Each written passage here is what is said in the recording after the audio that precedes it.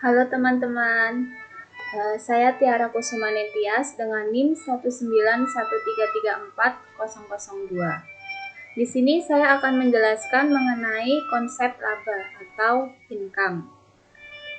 Untuk yang pertama, ini ada pengertian dari laba.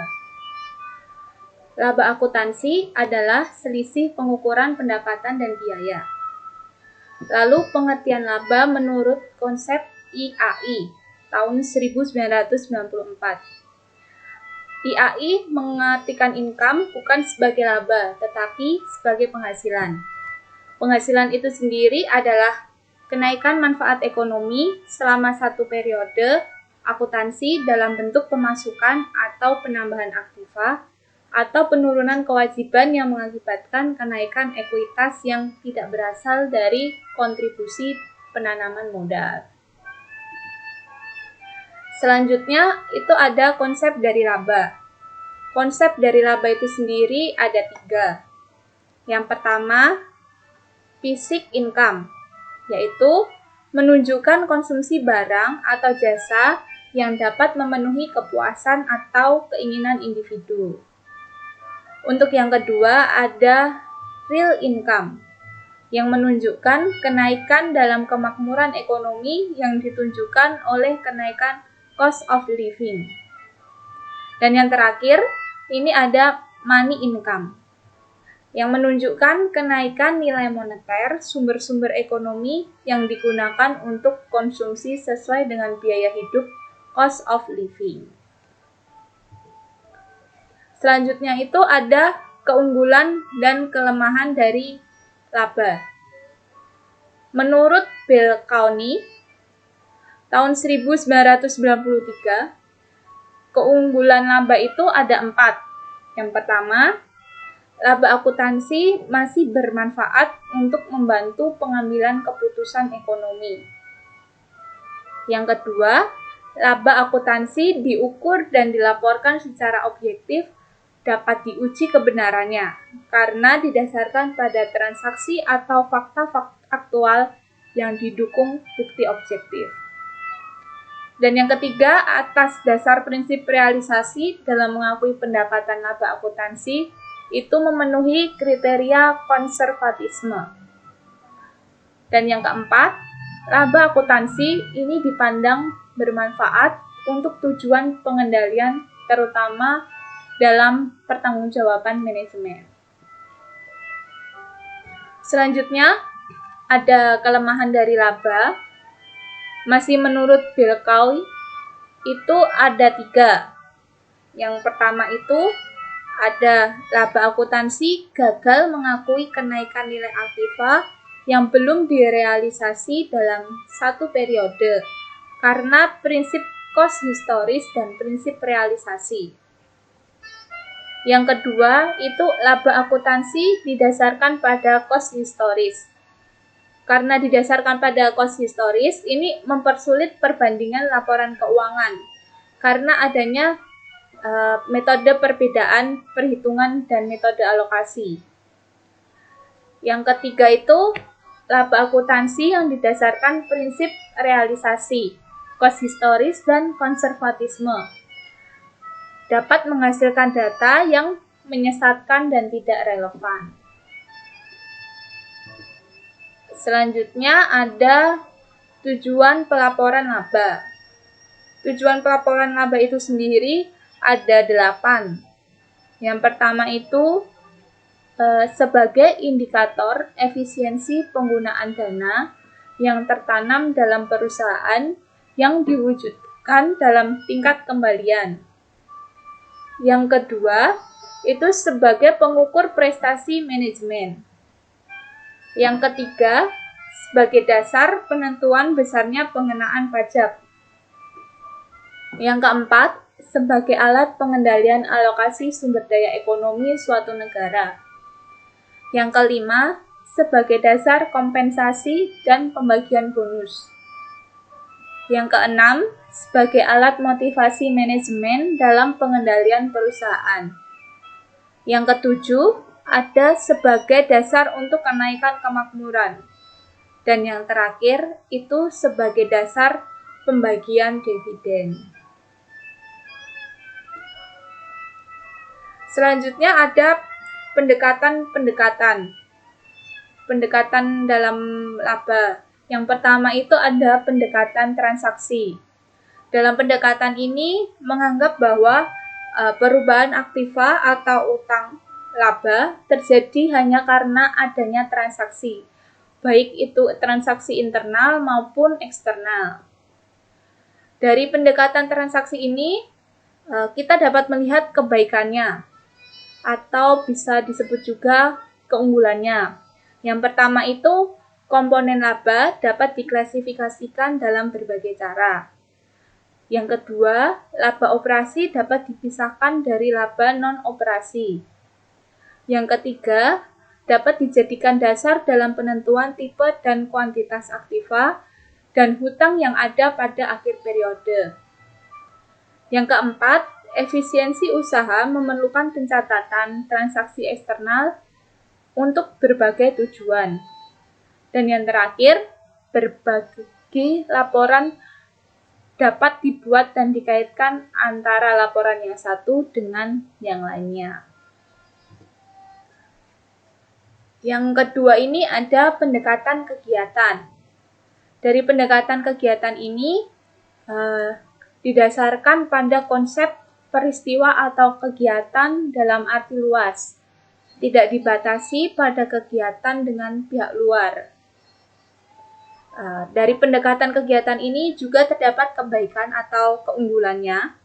Yang pertama itu, laba yang berasal dari produksi dan penjualan barang memerlukan jenis evaluasi dan prediksi yang berbeda dibandingkan laba berasal dari pembelian dan penjualan surat berharga yang ditujukan pada usaha memperoleh capital gain. Lalu yang kedua, ada efisiensi manajemen. Efisiensi manajemen ini dapat diukur dengan baik bila laba diklasifikasikan menurut jenis kegiatan yang menjadi tanggung jawab manajemen. Dan yang terakhir dari kebaikan pendekatan kegiatan ini, yaitu memungkinkan prediksi yang lebih baik karena adanya perbedaan pola perilaku dari jenis kegiatan yang berbeda. Selanjutnya, yang ketiga, ada pendekatan mempertahankan kemakmuran. Laba merupakan aliran kemakmuran yang dapat dikonsumsikan atau dinikmati selama satu periode tanpa mengurangi tingkat kemakmuran sebelumnya.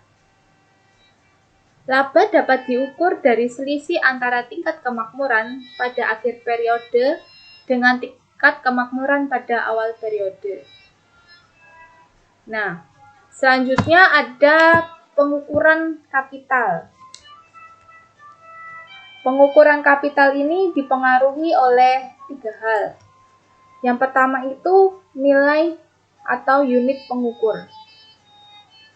Nah, nilai ini menunjukkan preferensi seseorang terhadap barang tertentu karena adanya manfaat yang diharapkan dari barang tersebut.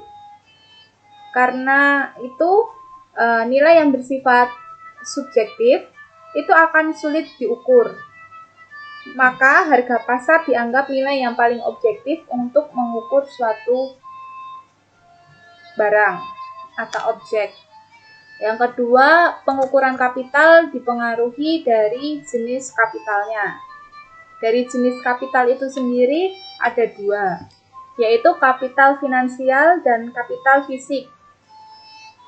Dari kapital finansial itu sendiri, dia lebih memusatkan perhatian pada nilai moneter dari aktiva dibandingkan nilai hutang. Nah, karena lebih memusatkan perhatian pada nilai moneter aktiva, kapital ini akan menunjukkan kontribusi pemilik ke dalam perusahaan yang mendanai aktiva tersebut. Selanjutnya, yang kedua itu kapital fisik. Nah, dari kapital fisik ini sendiri, dia memusatkan perhatian pada kemampuan sumber-sumber ekonomi yang dimiliki perusahaan untuk menghasilkan laba melalui kegiatan produksi barang atau jasa. Selanjutnya, pengukuran kapital dipengaruhi oleh skala pengukuran. Skala pengukuran ini sendiri dibagi menjadi dua, ada skala nominal dan skala daya beli konstan. Untuk skala nominal, itu unit pengukur yang digunakan dalam skala ini adalah jumlah rupiah atau nominal yang telah terjadi dan dicatat dalam akuntansi tanpa memperhatikan perubahan daya beli. Untuk skala daya beli konstan itu sendiri, unit moneter yang nilainya dinyatakan dalam bentuk daya beli. Oleh karena daya beli uang berubah, maka unit moneter sebagai indikator nilai ekonomi dari barang juga akan berubah. Selanjutnya, ada tentang elemen laba. Elemen laba itu ada dua konsep yang digunakan untuk menentukan elemen laba, yaitu yang pertama, konsep laba periode atau earnings, dan laba komprehensif. Untuk yang konsep laba periode atau earnings, ini dimaksudkan untuk mengukur efisiensi suatu perusahaan. Efisiensi berhubungan dengan penggunaan sumber-sumber ekonomi perusahaan untuk memperoleh laba. Konsep laba periode ini memusatkan perhatiannya pada operasi periode berjalan yang berasal dari kegiatan normal perusahaan. Nah, untuk yang laba komprehensif, ini menurut FASB dan FAC, yaitu nomor 3 dan nomor 6, menyebutkan bahwa laba komprehensif adalah total perubahan aktiva bersih atau ekuitas perusahaan selama satu periode yang berasal dari semua transaksi dan kegiatan lain dari sumber selain sumber yang berasal dari transaksi operasi. Tadi udah ada elemen laba, sekarang ada elemen non-operasional.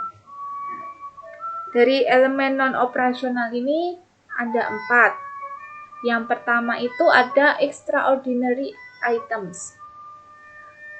Ini merupakan peristiwa atau transaksi yang memiliki pengaruh material dan diharapkan jarang terjadi serta tidak berasal dari faktor yang sifatnya berulang-ulang dalam kegiatan usaha normal perusahaan. Yang kedua, elemen non-operasional itu ada penghentian segmen bisnis. Segmen bisnis itu sendiri merupakan komponen dari entitas yang kegiatannya menunjukkan lini bisnis yang terpisah atau berdasarkan kelas konsumen. Nah, berarti kegiatan operasional bisnis tersebut itu dihentikan atau dijual. Nah, yang ketiga itu ada perubahan akuntansi. Nah, perubahan akuntansi ini dilakukan perusahaan untuk kemungkinan dapat mempengaruhi laporan keuangan, baik di tahun yang berjalan maupun tren yang terdapat pada laporan keuangan komparatif. Dan yang terakhir, elemen non-operasionalnya yaitu penyesuaian dengan periode sebelumnya. Jumlah penyesuaian periode sebelumnya itu dibebankan atau dikredit ke saldo laba ditahan awal periode. Jumlah tersebut adalah jumlah neto setelah diperhitungkan aspek pajak, sehingga jumlah tersebut tidak diperhitungkan dalam penentuan laba bersih untuk tahun yang berjalan. Nah, sekian teman-teman penjelasan mengenai konsep laba dan terima kasih.